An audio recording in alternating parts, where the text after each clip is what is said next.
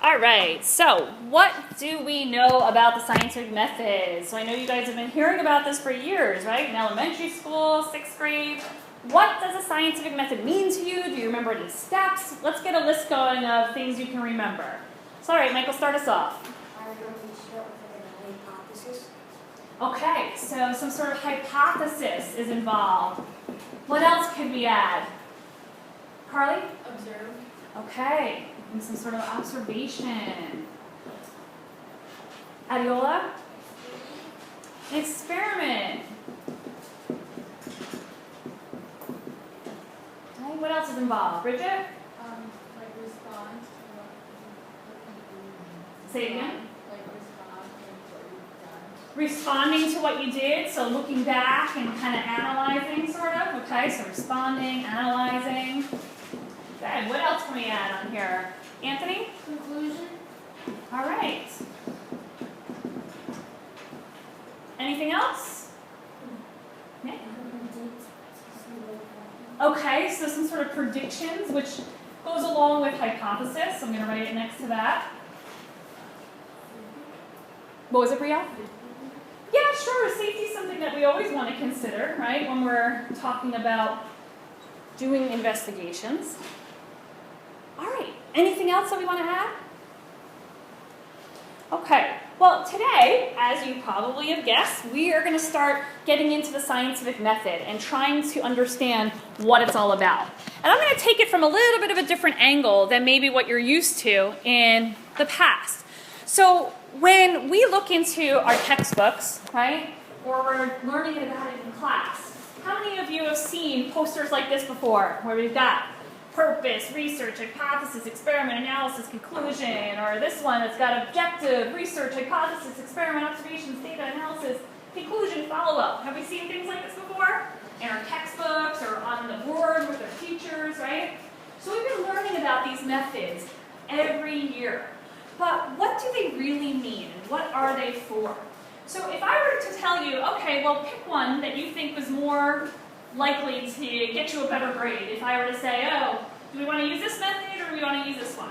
How many are going to go for the 6th step? How many are going to go for the 9th step? All right, so we got a mix of votes here. Is one really better than another? Not really, okay? So is this one a little bit more detailed? Yeah, but it's basically saying the same stuff. So when we're talking about the scientific method, what I'm trying to break you out of this here is instead of thinking about it in a little rigid box, right? Science is a lot more creative than that. How many of you think that scientists have these hanging up in their laboratories or out with them in the field and they're going, what's my purpose today? Oh, okay, now I figured that out. It's time for research. Oh, wait a minute, need to make my hypothesis now. Is that what's happening with scientists? No, right? That's not what they're doing. So there's a lot more creativity to it. Since we are young scientists just starting out, is it good to have some sort of methods to just kind of have a guide of where to start if we really don't know where to start in the first place? Yeah, and that's why you guys learn them in school, is to kind of help you guide along. But scientists don't necessarily follow these all exactly the way they're written here, and they can be completely out of order of what they do. I'll give you an example. There was a scientist, Alexander Fleming, and one day he was in his lab and he was studying bacteria colonies. Do you guys know what petri dishes are? You know those little plastic dishes? You may have seen them on TV where they're doing experiments and they've got this kind of jiggly stuff inside of it. Well, you can grow bacteria inside of those, okay? Along with some other things, but bacteria is a common thing that they grow in. So Alexander Fleming had this whole experiment set up in his lab, and he's got all these bacteria colonies all over the place. And one day he comes into his lab, and he sees that there's this green stuff all over a few of his petri dishes. And his bacteria is gone. So now, this new observation that he made now just sparked a whole new question, and he thinks, hey, forget this experiment that I was working with. I'm going to find out what this stuff is. What is this green stuff? Turns out that green stuff was mold that was penicillin. What do we use penicillin for today? What is it? Bridget? As a shot or like medication. It is. It's a medication to kill what? Think about what he was studying. What does Well, more specifically, it could be a kind of germ. Bacteria. So when we take penicillin as an antibiotic, we're killing bacteria that's inside of our body, right? So some of you might be allergic to it and that kind of thing, but it's a very helpful medicine that was completely discovered by accident. So while he was investigating one thing, and new observation totally led him to a new idea, he scrapped that other experiment and went on to this different one to find out what is this stuff. So that's what I mean about creativity, right? It's not this rigid set of steps. He was just able to kind of go off in a new direction because scientists view the world as an understandable place. They want to know the answers to their questions, right? And they try to find them out. But they don't always get answers, and that's part of what we're going to be learning too. So when we're talking today and we're learning about just the basics of the scientific method, we're going to still use it as a guide for us. Because like I said, we're young, we're just starting out. We need some sort of guideline of where we can go. But just remember, in real life, those of you that go on to really become scientists, doesn't necessarily have to follow this rigid set of steps. Okay? So we're going to use a little guide today with our notes. This is the first time you're getting a note handout. Anytime you get something with holes, this goes into your science section binder. So not in your science journal. We're going to be taking some notes together today. So put this into your binders when you get it. And we're going to start by just defining what is the scientific method.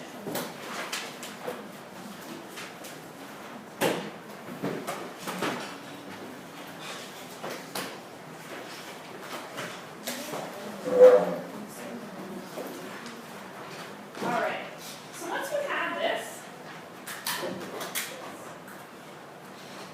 we can clip it in.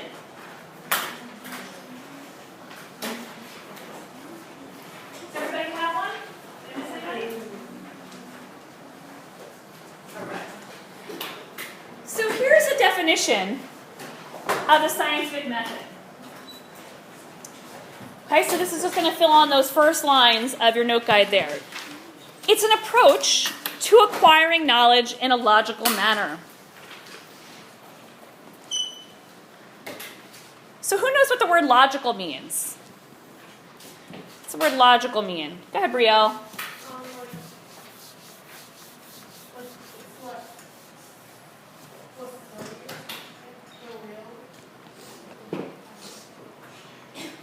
I didn't hear everything you said. Like thinking in the right way. Okay, so it's a process of thinking, trying to think in the most correct way we can. Okay, what are you thinking, Karina? Sometimes it could be thinking like reasonable. Reasonable, okay. Yeah. Good. Anthony? Practical. Practical. Like what makes sense, what really makes sense to you, what you're understanding. Okay, great.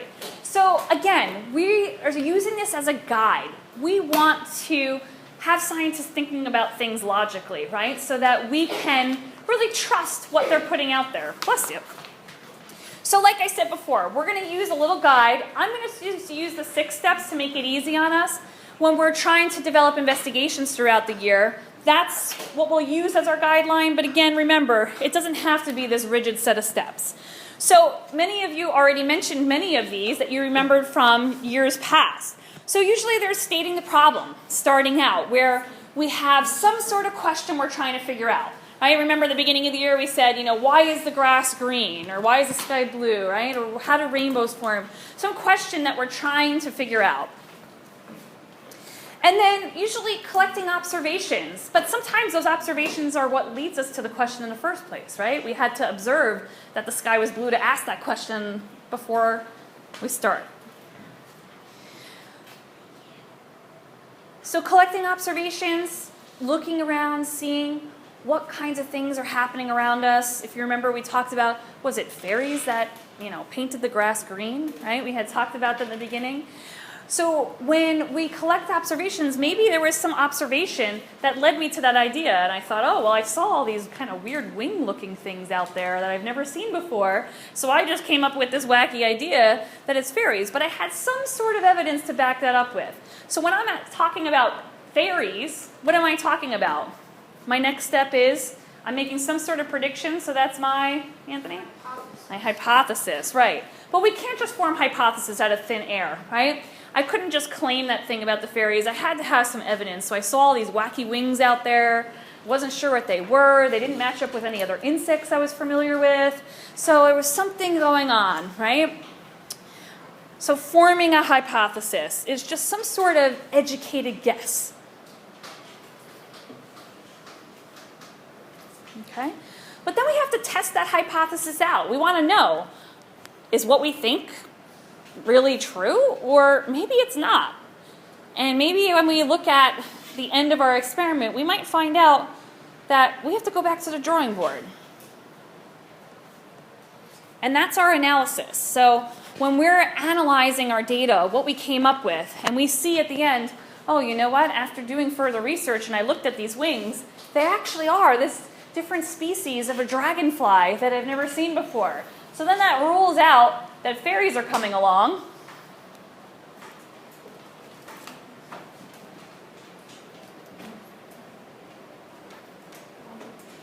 Okay. So then typically you'll see a conclusion listed, right? Is it true that anytime we have an investigation that we're going to have a conclusion at the end? How many think that every question that Albert Einstein had was answered? Right. We don't have answers to a lot of the questions that are out there. Scientists are trying to investigate all the time. There's so many unanswered questions out there that they really want answers to, but they still don't have them. So when we do an investigation and we still can't reach a conclusion, we have to go all the way back to the drawing board again and start from scratch and develop a new hypothesis. And then hopefully going through the steps, we might find a conclusion. But sometimes we don't. All right? So those are basically the guideline steps that we use when we're trying to investigate some question that we have. So why do you guys think it's necessary? Why should we have some sort of logical set of steps to help us along? Why is it important that scientists do follow some sort of steps, even though they might not be following word for word and doing them in these exact steps? Why is it important that they do develop hypotheses that they can test out and make sure that they're doing them over and over again before they put any information out there? Why is that an important thing to do? I'll give you a hint. Let's think about if you turned on the news this morning and you saw on the news it said there's a killer tarantula outbreak on the loose in Freehold Township, and they happen to be entering into Eisenhower Middle School. How many of you are going to be a little panicked to come to school that day? All right, yes, we're going to be a little alarmed. Why? Why are you alarmed when you see this news story? Do you believe the newscasters? Okay. Do you believe everything you watch on the news? Yeah, some are saying yes, some are saying no. So, does the news always have the facts straight? No. How many of you guys have ever watched a news story and they said one thing and then, a couple hours later or maybe even a couple days later, a whole new story comes out that doesn't match up with the original one? How many have had that experience before? Okay. Yes. So sometimes the media is a little overeager to be the first ones to report something and not necessarily have all their facts straight before they do. Do we want scientists doing that? No. Why not? So why is this necessary? Why do we want to make sure that scientists are kind of held to the standard? Because they were doing an experiment and they didn't necessarily follow the guidelines, then they put myself on some steps, they could get their data wrong, or they could be a fraud. And then if someone didn't check that they had formed a hypothesis in the beginning or that they had collected certain data, then it could be fake. Sure. Okay. Definitely. So we want to trust what scientists are putting out there, right? We don't want to have a bunch of fake data out there and then being published out to the public and saying, hey, there's this outbreak of deadly tarantulas when it was just someone that kind of crazily said it on a whim, right? We want to make sure they've got evidence to back that up. Karina? It could affect you personally. Like there was a couple years ago that Crest mouthwash, it really messed up your teeth, and lots of people used it. and they were really afraid that it would be true, and it was. So it was important that somebody was right with their information before they put it out there. Okay, good. So we want to ensure the quality of data for public use, right? We want to make sure that the stuff that's going out to the public is stuff that's reliable, that it's something we can trust and say, okay, maybe we should be alarmed about this, or maybe we don't need to be alarmed about this, so that we have information that's got enough evidence to back it up, okay? It's also useful in everyday problem solving. So without even knowing it, we're using these kinds of logical methods all the time just to get dressed in the morning, right? You checked out probably what the weather was going to be like today, what kinds of things you had that were clean that you could wear, maybe what matched, what didn't, what jewelry you had available, or whatever it was that you wanted to do, right? So that's a little bit of problem solving in this logical manner. You're going through. It might not be quite as extensive as what scientists are doing, but it is some problem solving, and these are the kinds of things scientists are doing every day. All right, and then we also have, so scientific theories can be tested. So we can't consider something a theory until we've tested our hypothesis out over and over and over and over again, and it kept coming up with the same results. And then we could say, hey, you know what? Now we've got a pretty solid theory out there, but then even that theory then continues to be tested and tested and tested until we can say, hey, you know what? We've tested it enough. So once a scientific method's been tested and widely accepted as true, it becomes scientific law. So these are the kinds of things that you'd find in your textbooks. But as we said in the beginning of the year, is what is in your textbook today necessarily going to be the same 10 years from now, 20 years from now? No. Right. So we know that these things can change as new discoveries are made and new evidence arises that changes our mind, right? So in a way, there's almost no such thing as scientific fact. It's really how much evidence do we have to support an idea at a specific moment in time. Bridget? Scientists thought that, we developed, our fingers, after we, fished them all when they got out of the water, but it turns out that they already had fingers when they were in the water, and they not. Okay, so another perfect example of how things change as new discoveries are made. And that theory might change as well when something else arises, right? So this kind of stuff, it's like this constant working process to try to figure out the world around us. And that's what makes science so cool and creative, okay? So how about we do a little investigation ourselves today? You guys up for it? That doesn't sound very enthusiastic. All right, so I guess that was better. Hasbriel's yawning here. All right, here we go. So we're going to do a little experiment with paper towels, all right? So we've got Brawny here, and we've got Economy, all right? So I want to know, which paper towel is better? How many are going with Brawny? Raise your hand if you want Brawny. All right, a whole bunch of you. How about Economy? All right. So give me some reasons why. Those of you that picked Brawny, why are you saying Brawny? Why are you saying Brawny, Nick? Because Economy stinks. Have you used Economy? Boy, that's a broad statement today, but not using it. What kinds of things? Why would you pick Brawny? Because if you're ever watching TV, you always see those commercials with Brawny, and then they put the quarter on it, and they lift your towel up, and then Brawny never lifts. All right. So commercials never lie, right? So the commercial must be true. What else? Go ahead, Shannon. Nobody knows. I never heard of economic paper towels before. Economy. No, economic is just another way of saying it, but go ahead. So you've never heard of them, so they must not be good, right? Brawny must be better than that, because you heard of Brawny. Carla, what are you thinking? Well, Economy is 69 cents, and I don't think that's a lot of money. All right, so you're thinking it's cheap. It must not be that great, right? The more expensive ones probably going to do the trick better. All right, what do you think, Bridget? It doesn't really matter how much. If you were a coupon, maybe you would want the economy one better because it's cheaper. All right, so you're neutral. You could go either way. All right, Anthony? I think the economy towel is better because it's only 69 cents.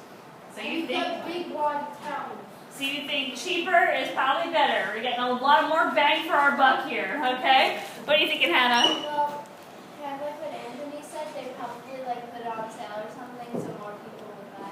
Okay, so are you going for this one or against it? I'm not sure. Okay, so you're undecided. Snehal? I haven't heard of either of them because I don't really pay attention to any commercials about like these like toilet paper or paper towels. Okay. So I just chose economy because it was cheaper. Okay. Alright, what are you thinking, Vin? Economy says 2 ply. It says 2-ply. So he thinks 2-ply must be better, right? Because this one doesn't say that. Maybe it does, but maybe it's a smaller print. I don't know. Chris?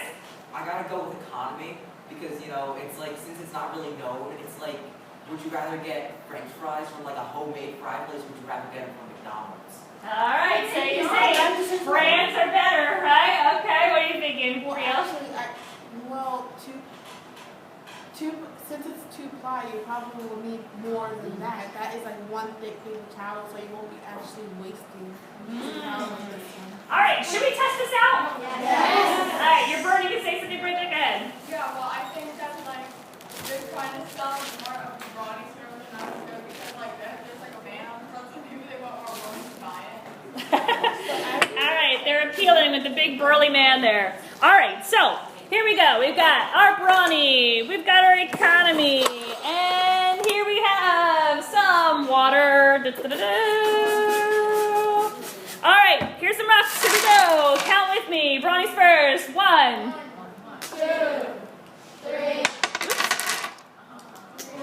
that was 4, okay? 5, 6, 6 sad attempts. Alright, here we go. Economy. 3,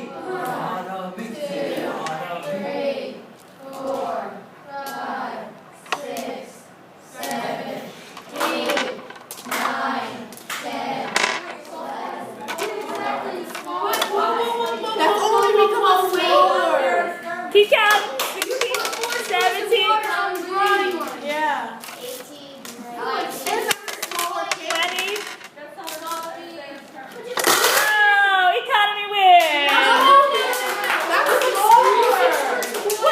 Was there a problem with this experiment?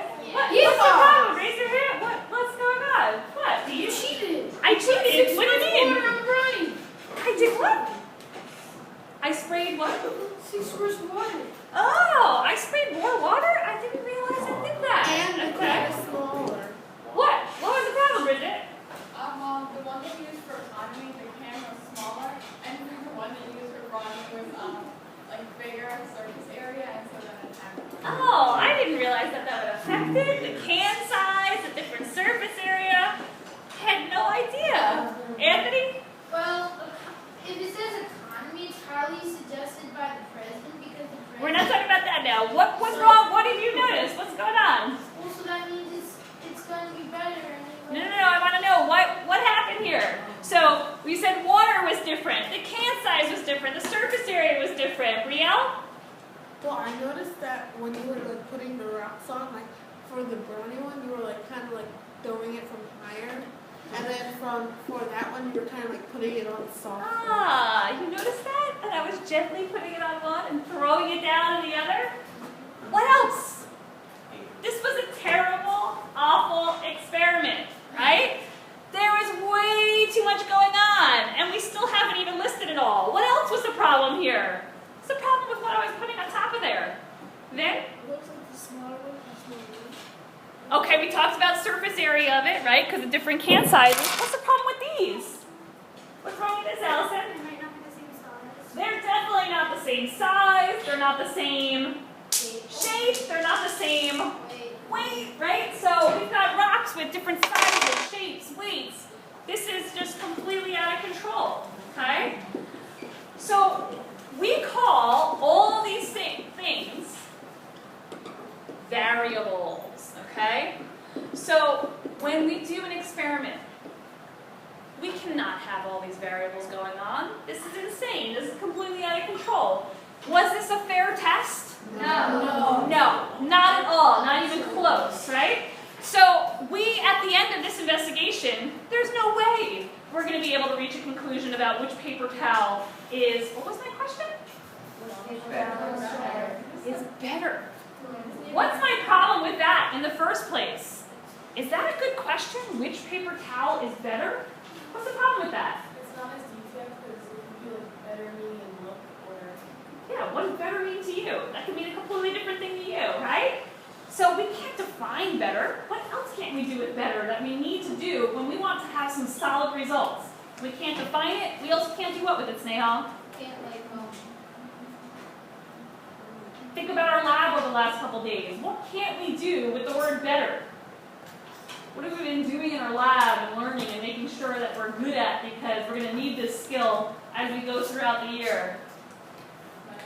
Measure. Can we measure better? No. So, let's change the question first of all. So, what can we make this question into? So instead of saying, which one is better, what can we change it to? Which one is, what do we actually want to know about these paper towels? Taylor? Better quality. Define better quality. Measure better quality. Can we do it?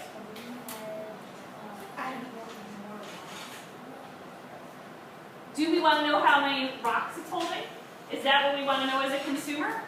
If we go to the paper towels, if we go to the store and we go to buy paper towels, is that what we want to know? Which one can hold more rocks for our household? All right, amen. But what do we want to know? Let's think about it. How can we rephrase this question? What are you thinking, Elena?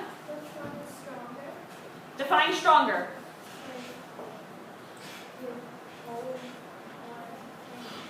Hold more things. Okay. Measure stronger. In pounds. Do we want to know how many pounds our paper towels can hold? Right? So, what do we want to know about our paper towels? As consumers, we want to know if paper towels do what? Hannah? Justin? Can we measure absorbency? Yes. Is that specific? Can we define absorbency? Yeah.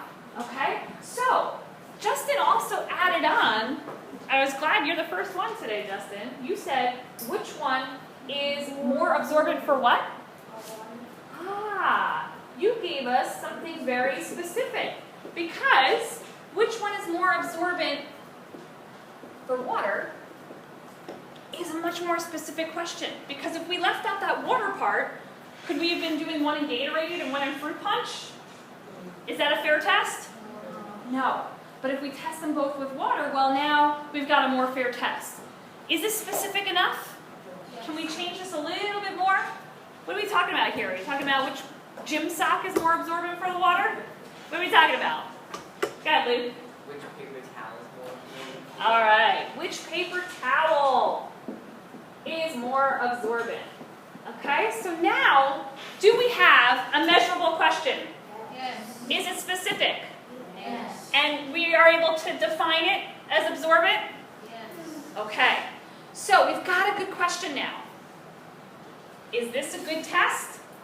No. Not a good test. We need to reshape this design, and that's what's next. So when we reshape a design, there are 3 very important words that we need to keep in mind.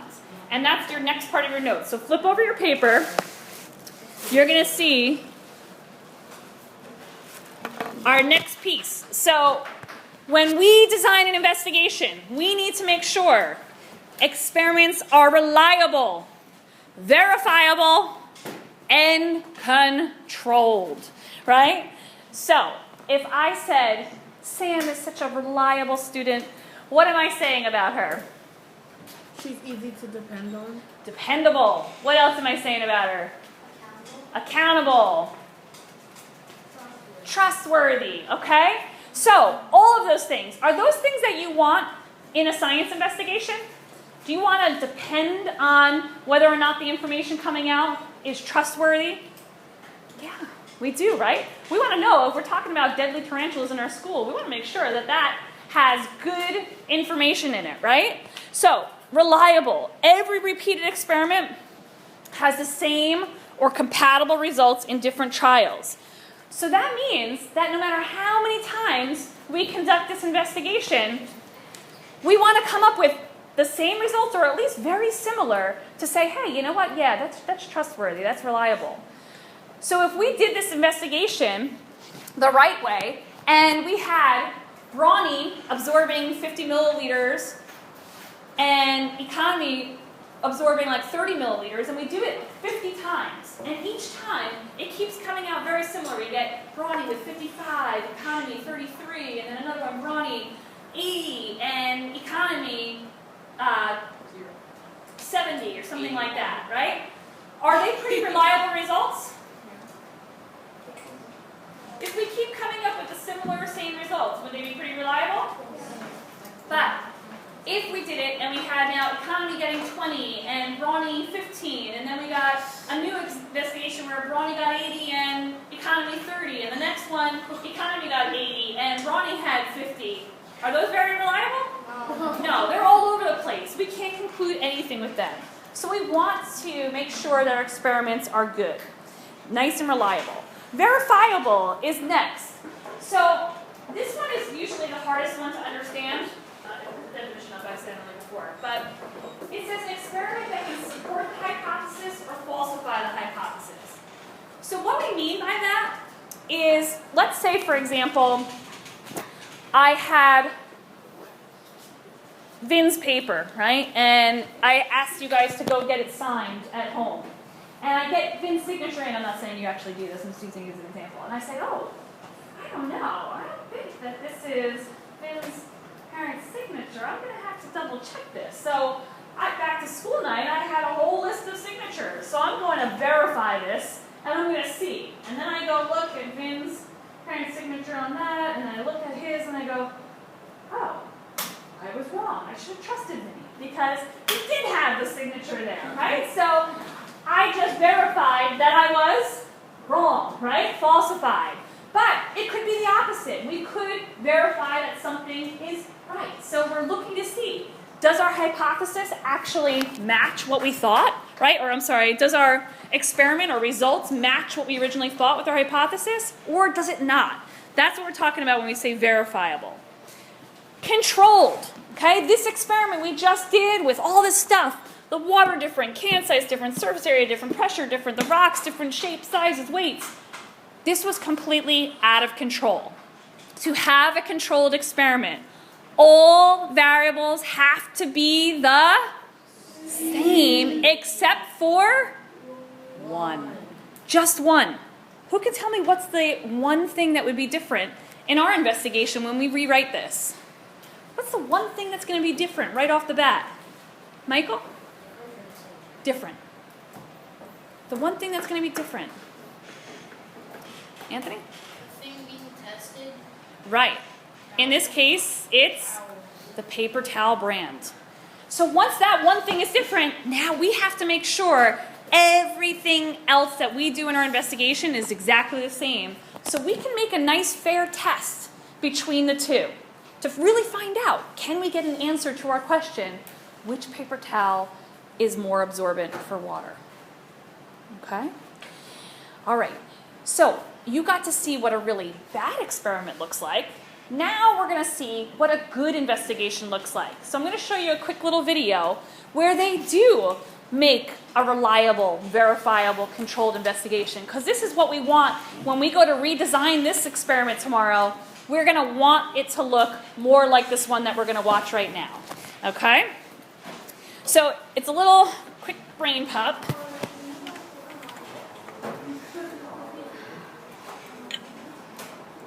Okay.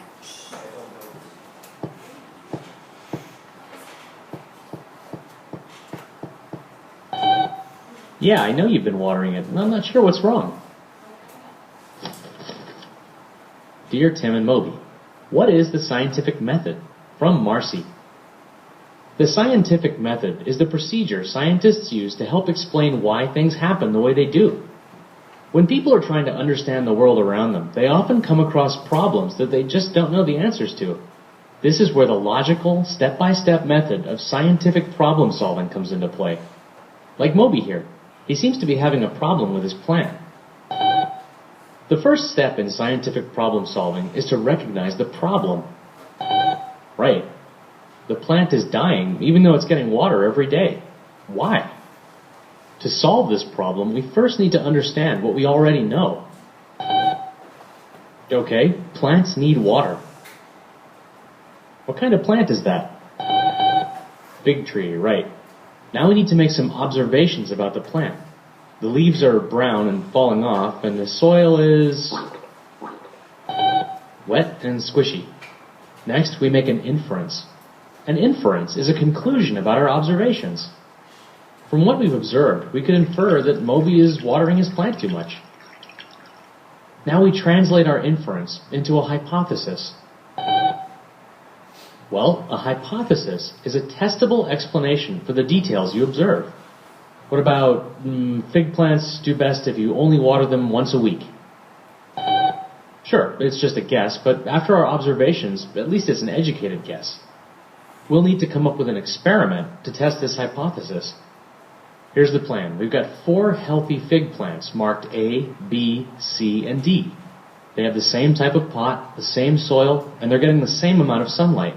The only variable, or thing that changes, will be the amount of water they receive. Plant A will not be watered at all. Plant B will be watered every day. Plant C will be watered 3 times a week. And plant D will be watered just once a week. We'll check back in a month to see what's happened. What do you know? It's been a month, and I'm still wearing the same shirt. Let's record some new observations. Plant A doesn't look too good. Plant B doesn't look so hot either. Plant C looks a little better. Whoa there, Plant D is doing all right.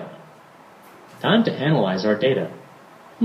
Based on this experiment and our observations, it looks like the fig plant did best when it was only watered once a week.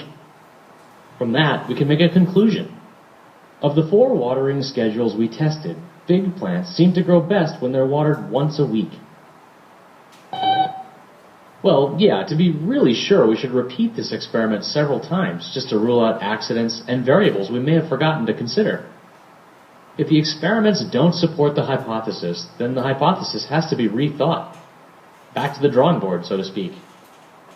But if lots and lots of experiments do support the hypothesis, then that hypothesis can eventually become a theory. Well, in science, a theory is an explanatory statement that's been repeatedly confirmed through experimental testing. If a theory is proven valid over and over again, it becomes an accepted piece of scientific knowledge. In the strictest sense, there's really no such thing as scientific fact. Scientists are always learning new things about the world around us, and you never know when they may find some new bit of evidence that forces us to redefine our understanding of the world. Right, using the scientific method can help you be right more often, and not just in science class. You just have to make sure you do all the steps. If you form a hypothesis without making any observations, then you really are just guessing. And you'll never know if your hypothesis is true or not without testing it with an experiment.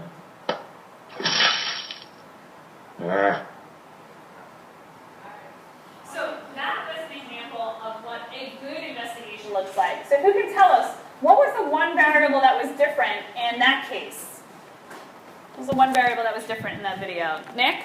The amount of water that you can see. Great job. So the amount of water. So that means that since the amount of water changed, everything else had to remain what?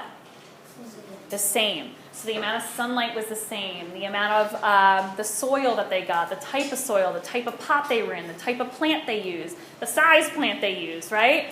All of that had to make sure it was the same so that it was a fair test, okay? But in this investigation, was it the most reliable? What did they say? To make it more reliable, they would have to do what? Luke? Experiment many more times. Right. So we have to do investigations as scientists repeatedly before we can claim that it actually does reach a conclusion. Because we want to test it out over and over and over again to see if we come up with the same or similar results. Okay? So it was controlled. It was reliable. Was it verifiable? How so? What happened at the end? What happened at the end to make it verifiable? Snehal? How one plant was they had like different pictures of plants that were like grown the same way. Okay, but remember, verifiable has to do with the hypothesis. What was their original hypothesis? Bridget? That it would be best if we water it once a week. Okay, best if we watered it once a week. And what did they find out at the end of their investigation? Karina? That they were correct. But, as we said, to make sure that it's reliable, they'd have to test it over and over again. So we don't typically come to a conclusion right after one investigation. We have to do it several times in the same exact way to make sure that we keep coming up with those same results. All right? So what your job is going to be over the next few minutes and tomorrow is you are going to redesign this paper towel investigation. So this was obviously out of control, not verifiable, not reliable, right? You're going to turn it into those things by making improvements. So what I'd like you to do in your science journal is to make 2 columns where you're going to try and make improvements on all the stuff that went wrong here, okay? So we're trying to eliminate all of these variables and improve them so that we can come up with a good investigation that we can test out in class here and really get to the bottom of it. Is prawning or is economy more absorbent for water?